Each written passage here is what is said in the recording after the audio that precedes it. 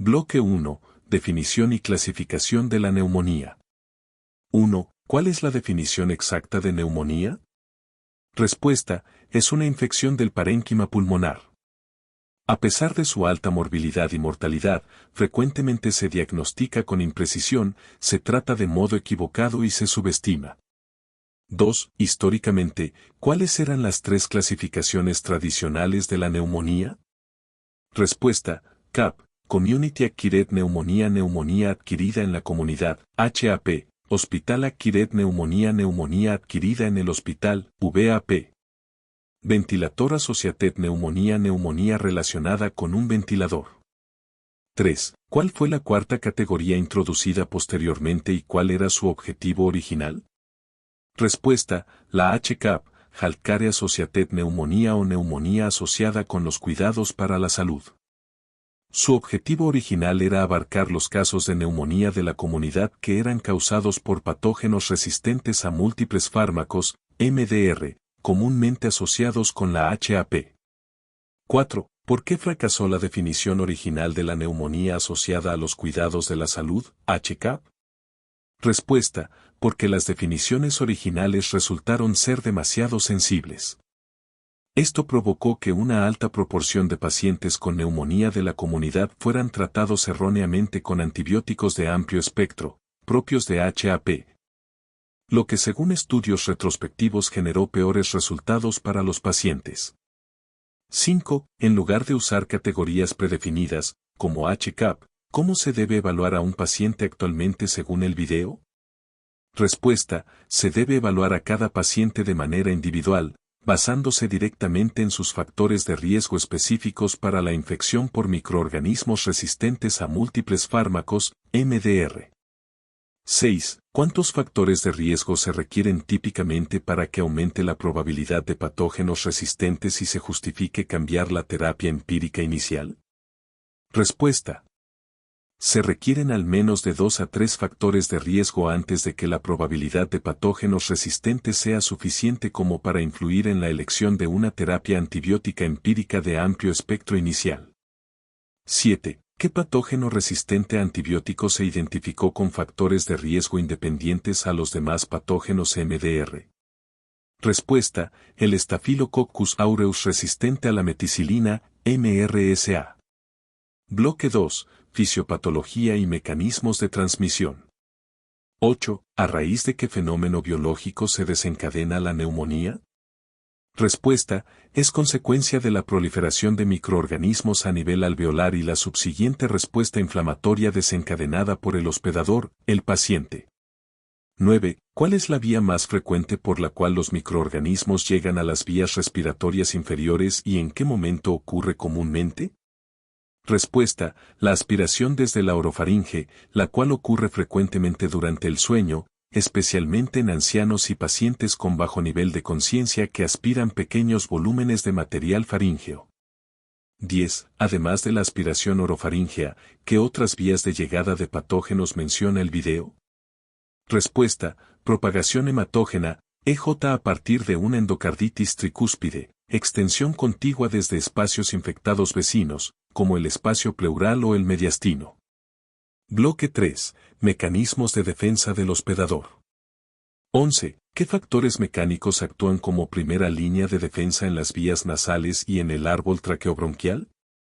Respuesta: vibrisas y cornetes nasales, capturan las partículas grandes inhaladas antes de que bajen, ramificaciones del árbol traqueobronquial.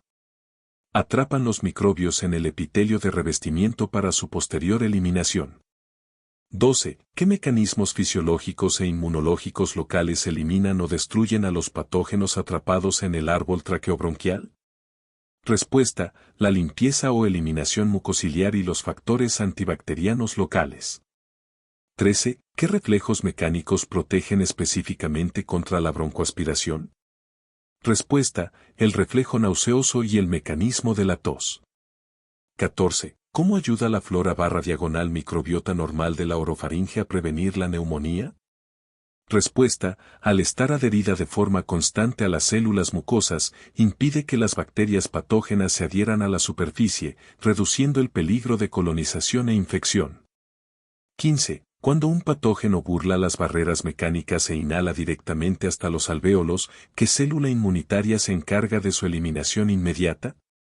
Respuesta: los macrófagos alveolares, que tienen una extraordinaria eficiencia para fagocitar y destruir microorganismos. 16. ¿Qué proteínas locales auxilian a los macrófagos alveolares y qué funciones tienen? Respuesta: las proteínas A y D de la sustancia tensoactiva, surfactante. Tienen propiedades opsonizantes propias, marcan al patógeno, y actividad antibacteriana o antiviral. 17. Si un patógeno es engullido por los macrófagos alveolares pero no es destruido inmediatamente, ¿por qué vías puede ser eliminado del espacio alveolar? Respuesta: puede ser transportado por la capa mucociliar en dirección ascendente o ser eliminado a través de los linfáticos. Bloque 4. La respuesta inflamatoria y manifestaciones clínicas. 18. ¿Cuándo se manifiesta formalmente la neumonía clínica? Respuesta: únicamente cuando la capacidad de los macrófagos alveolares para fagocitar o destruir los microorganismos es rebasada. En ese punto, los macrófagos inician una respuesta inflamatoria masiva. 19. ¿Cuál es el factor verdaderamente responsable de desencadenar el síndrome clínico, los síntomas, de la neumonía?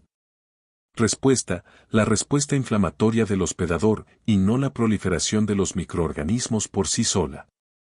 20. ¿Qué mediadores inflamatorios causan la fiebre en la neumonía? Respuesta: la interleucina 1, IL-1, y el factor de necrosis tumoral, TNF. 21. ¿Qué sustancias estimulan la liberación y atracción de neutrófilos hacia el pulmón y qué hallazgos clínicos provocan? Respuesta: las quimiosinas como la interleucina 8, IL-8, y el factor estimulante de colonias de granulocitos. Provocan la leucocitosis periférica, en sangre, y el aumento de secreciones purulentas, en el pulmón. 22. ¿Qué alteración estructural provocan los mediadores inflamatorios en los alvéolos y a qué síndrome sistémico equivale de forma localizada? Respuesta: crean una fuga alveolo-capilar, la cual equivale de forma localizada al síndrome de insuficiencia respiratoria aguda, ARDS. 23. ¿Cuál es la causa fisiopatológica de la hemoptisis en la neumonía? Respuesta: la fuga capilar es tan marcada que incluso los eritrocitos, glóbulos rojos, logran cruzar la membrana alveolo-capilar hacia el interior del alvéolo. 24. ¿Cómo se manifiestan la fuga capilar y el líquido alveolar en los exámenes clínicos y radiológicos? Respuesta: en radiografías, como un infiltrado, en la exploración física, auscultación como estertores. 25. ¿Por qué se produce la hipoxemia en la neumonía y cómo interfieren algunas bacterias en la protección pulmonar normal? Respuesta: se produce por la sobrecarga de líquido en los capilares y alvéolos. Además, algunas bacterias patógenas interfieren con la vasoconstricción hipóxica, el mecanismo normal del pulmón para desviar la sangre lejos de los alvéolos dañados, empeorando drásticamente la hipoxemia.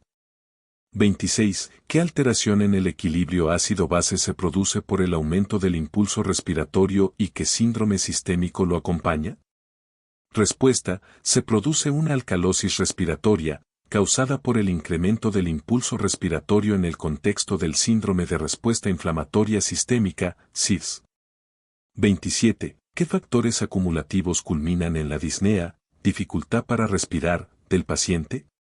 Respuesta: disminución del volumen pulmonar, disminución de la distensibilidad pulmonar, por la fuga capilar, hipoxemia, intensificación del impulso respiratorio, mayor volumen de secreciones purulentas, broncoespasmo, ocasionado por la propia infección. 28. Clínicamente, ¿cuáles son las causas principales que pueden llevar a la muerte del enfermo con neumonía? Respuesta: los cambios críticos en la mecánica pulmonar, caída severa del volumen y la distensibilidad, combinados con la desviación intrapulmonar de la sangre. Bloque 5. Modelo alternativo, microbiota alveolar. 29. ¿Qué características tiene la microbiota alveolar normal y con cuál es similar? Respuesta: es una microbiota de predominio gram positivo, muy similar a la de la orofaringe, a diferencia de la microbiota gastrointestinal, que es predominantemente gram negativa. 30. ¿En qué consiste el modelo alternativo de la patogenia de la neumonía según la microbiota? Respuesta: en lugar de que un patógeno externo invada un espacio pulmonar estéril, las alteraciones en las defensas del hospedador permiten el crecimiento excesivo, sobrecrecimiento, de uno o más componentes que ya formaban parte de la flora bacteriana alveolar normal. 31. ¿Cuáles son las dos causas más probables que alteran la microbiota alveolar normal favoreciendo este sobrecrecimiento?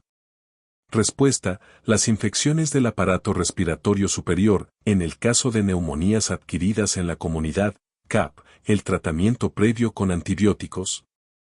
En el caso de neumonías hospitalarias o asociadas a ventilador, HAP/VAP.